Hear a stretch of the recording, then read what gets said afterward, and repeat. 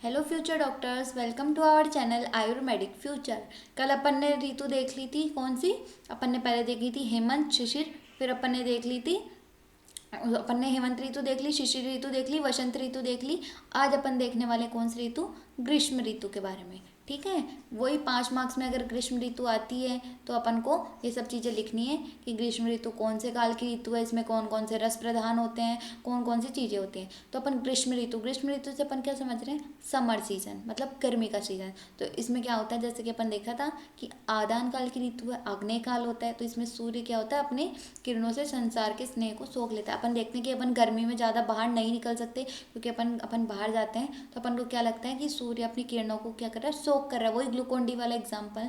तो इससे अपन को क्या होता है, अपन को दुर्बलता फील होती है। ठीक है, फिर अपन देखते हैं कि सेवनीय आहार विहार। अब सेवनीय आहार कौन सा? अपन को ग्रीष्म ऋतु में कौन कौन सा आहार खाना चाहिए? अपन को मधुर रस प्रधान आहार खाना चाहिए। अपन देखते हैं कि गर्मी का सीजन आता है तो अपन क्या करते हैं, मीठी शिकंजी पीते हैं, अपन अमरस पीते हैं। ठीक है, शीतल द्रव्य मतलब जो चीज़ें ठंडी होती है, अपन ठंडे ठंडे जूस पीते हैं। वो सब क्या होते हैं, मधुर रस भी होते हैं और शीतल भी होते हैं। तो अपन को मधुर रस वाली चीज़ें और शीत वीर्य वाली चीज़ें पीनी है। और स्निग्ध अनपान, इसमें रुक्ष अनपान नहीं करना है, क्योंकि ग्रीष्म ऋतु में वैसे ही सूर्य अपनी किरणों से क्या करता है, वायु अति रुक्ष होती है, वात की वृद्धि होती रहती है, तो वो क्या कर लेता है, अपन को रुक्षता प्रदान करता है। तो इसलिए अपन को किसका सेवन करना है? स्निग्ध आहार का सेवन करना है। मधुर शीत स्निग्ध आहार। चीनी के साथ शीतल मंथ, चीनी के साथ मिलाकर अपन को क्या करना है, शीतल मंथ का पान करना है। जंगल पशु पक्षियों का मांस, अगर कोई नॉन वेज खाने वाला है तो उसको कैसे पक्षियों का मांस खाना है? जंगल पशु पक्षियों का, क्योंकि जो गुरु होता है उसमें तो क्या होती है, कफ की प्रधानता होती है। तो ग्रीष्म ऋतु में वो तो पचेगा नहीं, तो अपन को कैसा मांस खाना है? लघु मांस। और वो कौन से पक्षियों का होता है? जंगल वाले, जो भी जंगल देश के जो भी पशु पक्षी होते हैं उनका मांस क्या होता है? लघु होता है। तो अपन को उसका सेवन करना है। घी दूध चावल इन सब का भी अपन को क्या करना है? सेवन करना है। ठीक है, फिर अपन ने देखो ये जो आहार तो अपन ने देख लिया, विहार है ये अपन ने नीचे लिख रखा है। ठीक है, कि अपन को कौन सा विहार करना है। तो इसमें क्या करना है, अपन को दिन के शीतल कमरे में सोना है। वो सीधी सी बात, अगर अपन को गर्मी लग रही है तो ऐसा तो है नहीं अपन हीटर के आगे बैठेंगे, तो अपन को शीतल कमरे में बैठना है जहाँ के में कूलर एसी वगैरह सब चल रहे हो। रात्रि की चांदनी से शीतल हुए हवादार छत पे बैठना है। ठीक है, फिर इसमें चंदन का लेप, ये इंपॉर्टेंट एमसीक्यू है कि चंदन का लेप अपन को कौन सी ऋतु में करना है। अपन ने देखा था हेमंत ऋतु में अगरू का लेप अपन कर रहे थे। ठीक है, हेमंत में अपन अगरू का कर रहे थे। ठीक है, वसंत में अपन ने किसका किया था? चंदन और अगरू दोनों का।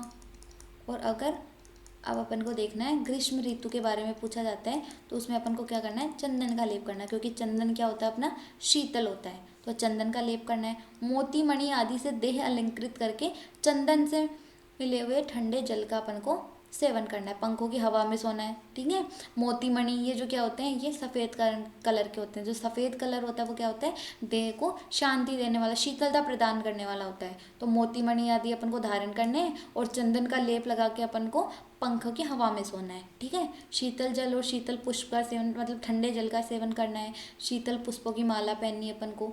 मैथुन से बचना है। अब अपन को बता देगा कि मैथुन कौन से ऋतु में निषेध है। तो वो कौन सी ऋतु में निषेध है? ग्रीष्म ऋतु में। तो ये इंपॉर्टेंट एमसीक्यू है, ये ग्रीष्म ऋतु में मैथुन का क्या है? निषेध है।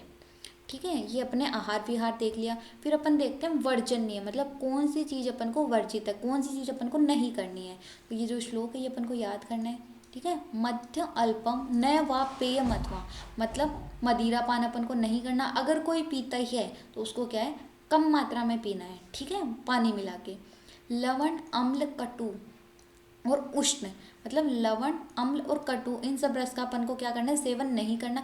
उष्ण वीर्य, अब गर्मी लग रही है तो ऐसा तो है नहीं कि अपन गर्म पानी पियेंगे या चाय पियेंगे, तो अपन को क्या करना है? शीतल जल का सेवन करना है, शीतल द्रव्यों का सेवन करना है। लवण अम्ल कटु रस, अब अपन को गर्मी लग रही है, अपन तीखा तो खाएंगे नहीं, अपन को कैसा? मधुर रस का सेवन करना है, मीठी मीठी चीज़ों का।